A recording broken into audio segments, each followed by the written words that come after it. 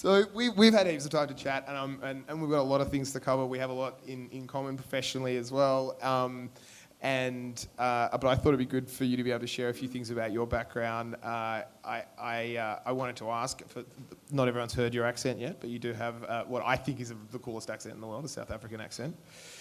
You chose to come here to Australia, I think in 2005? 10 years, so what, 2007? Yeah, 2007, something like that. I'm kind of curious, South Africa is a fascinating country for anyone who's here in Australia. What was it like growing up in South Africa, a female, passionate about STEM subjects? Seems like you knew early on you wanted a career in tech. Take us back, this is kind of, Very, very, very long time ago.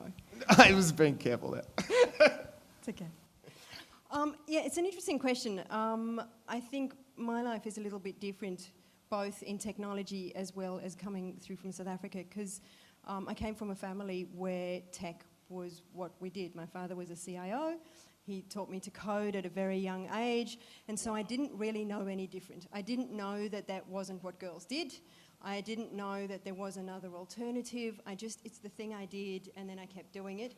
And it was really about trying to decide what career I wanted in tech, as opposed to was I going to have a career in tech. And having raised my own children, I've sort of seen what it looks like when you make a choice. And it's really hard, because I don't think either in Australia or in South Africa we've ever made an effort to make tech as exciting as it really is. I mean, everybody in this room can attest to what a fantastic industry we're in and how burgeoning it really is. But our kids at school get to do computer science or gaming, and that's it. That's all we give them. So it's just what I did. And I suppose it was only when I got into the workplace that I realised that I was a woman in tech. Wow. Interesting. And 2 of 300 odd at university, all of that sort of stuff. But crazy. And we're going to come back to both of those very interesting topics in a second. I wanted to also take you back to that pivotal moment with 2005, 2006. I don't know, is it Cape Town, Joburg?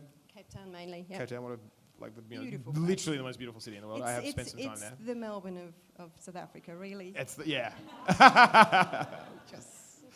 Well, maybe that helps to answer the question, but I was imagining highly accomplished, upwardly mobile, no doubt, as always, super confident, looking out at the world, deciding that you're going to leave Cape Town.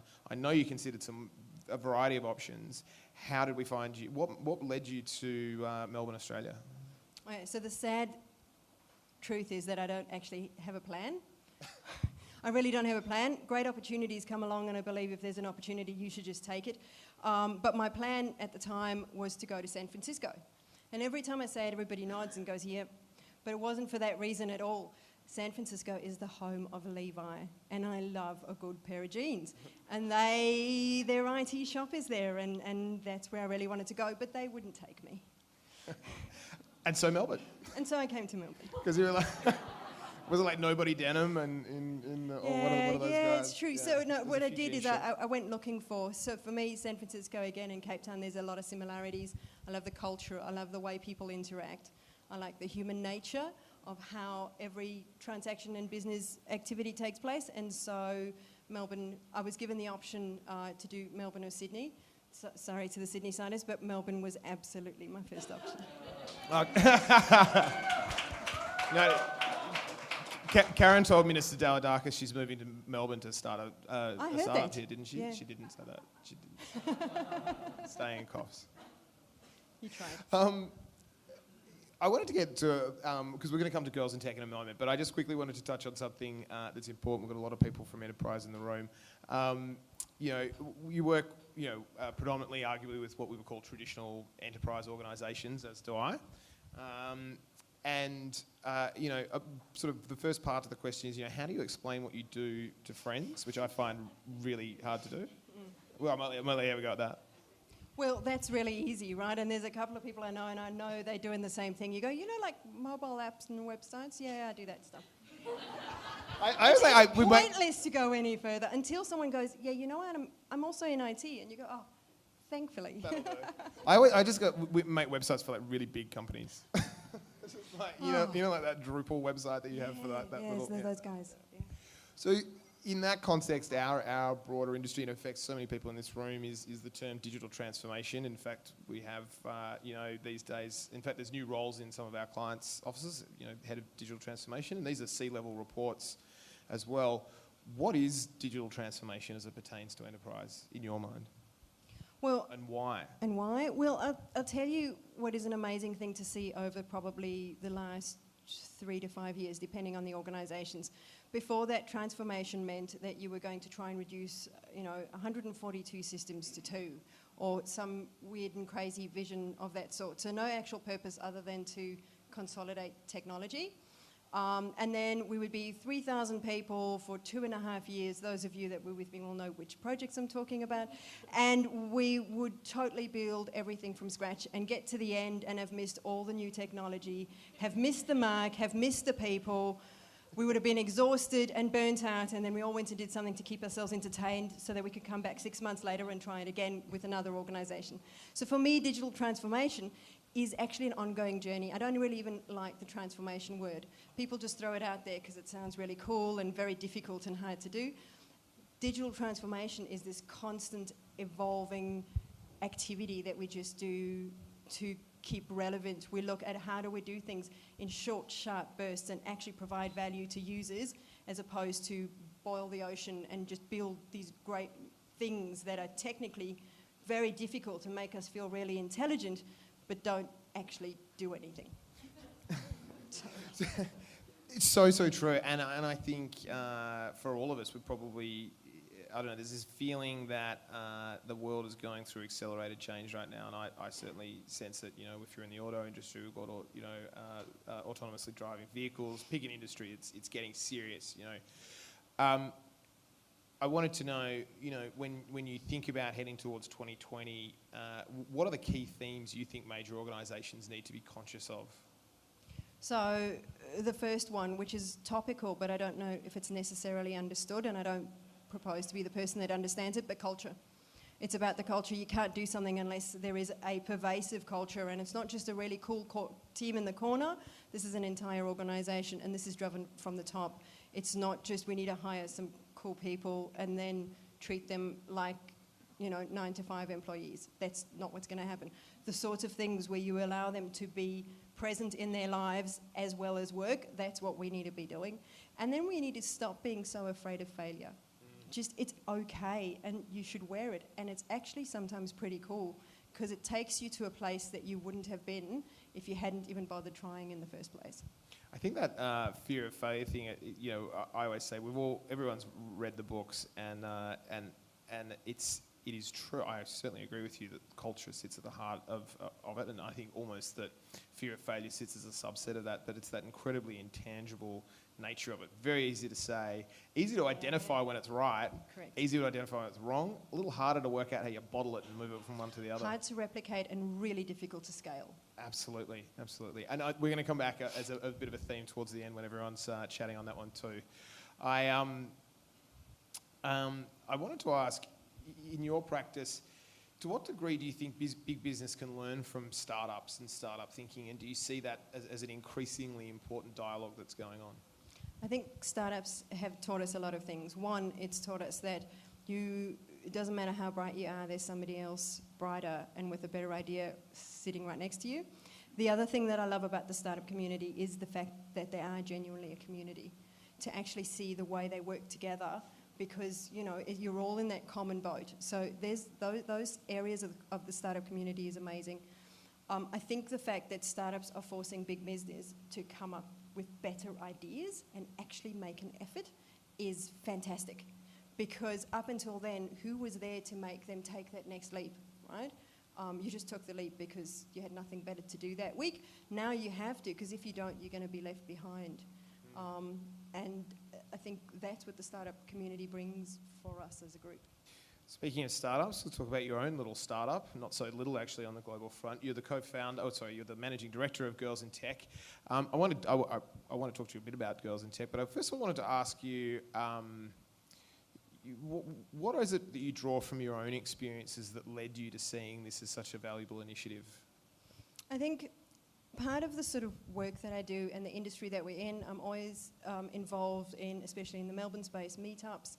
I'm always involved in various community events and groups that target specific things. I think Girls in Tech, for me, though, one of the reasons that I feel so strongly about it is that it looks at the entire scape of a person's career, of who a person is. It does that thing that goes, you know, there's learning and development, there's community, there's growth, there might be depth of where you want to be in the future, there's mentorship. So the fact that it brings all of that together under one banner is the reason why, as an organisation, it really sort of resonated with me.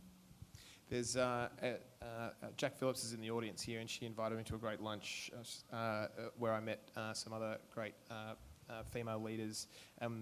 This was part of the dialogue, and one thing that popped up in conversation is that perhaps the importance of initiatives like this that we don't recognise, and maybe when I say we, I mean guys that take a lot of things for granted, is that there is a whole sort of fabric of tools and assets, and the specific call out at this lunch for me was that what you don't realise is that you walk into an environment, you say, I want to, in 10 years' time, I want to be like that guy, and by and large, in most corporate environments for guys, you can get to that guy, you can probably go have a coffee with that guy, and you can develop some form of mentor relationship, and that actually happens organically, and that's absent. I was kind of curious to know, is it things like that drive Girls in Tech's agenda, identifying that those issues exist and looking at how can we create an organisation that actually provides an alternative?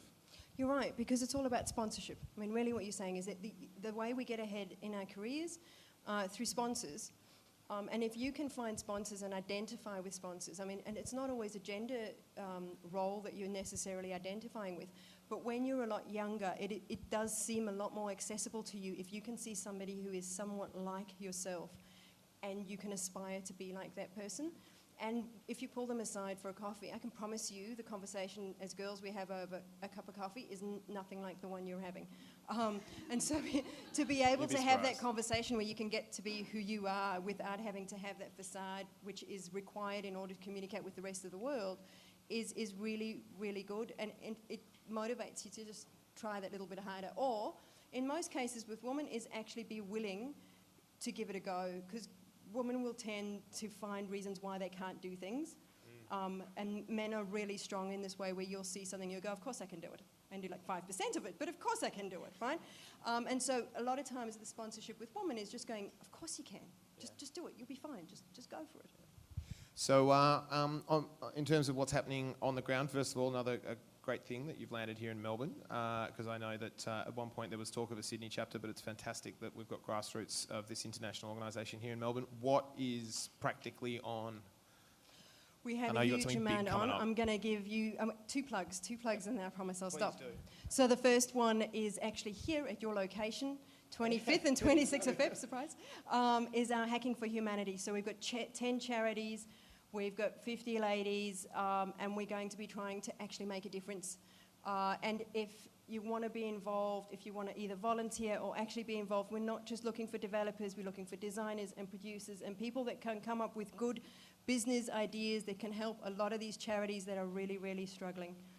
So that's what we're doing on there, and please grab me, grab Jess over there, either of us, and we'd be happy to sign you up or just get your details. The other thing is Catalyst Conference. It's our signature conference for Girls in Tech. It runs at the moment in San Francisco and London, and Minister Dalia Darkis, who was here a little earlier tonight, has actually sponsored us to run it in October in Melbourne. It's 2 days.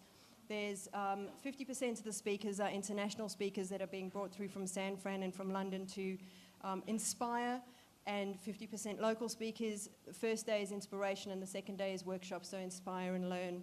And it's open to all women. Men can come, but it's open to all women.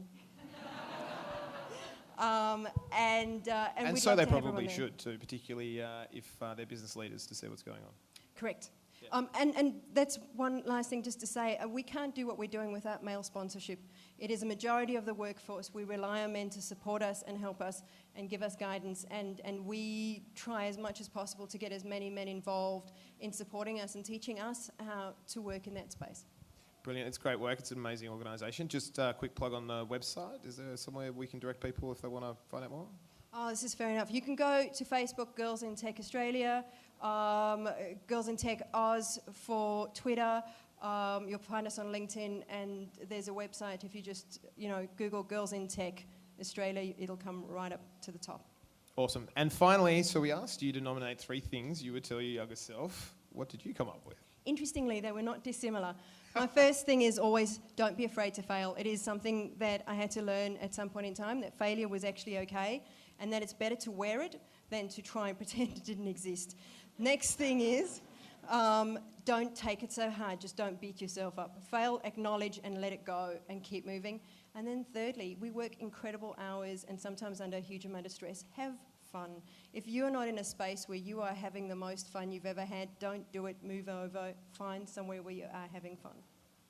Brilliant. Susan Brown. Absolutely. What a treat. Thank you.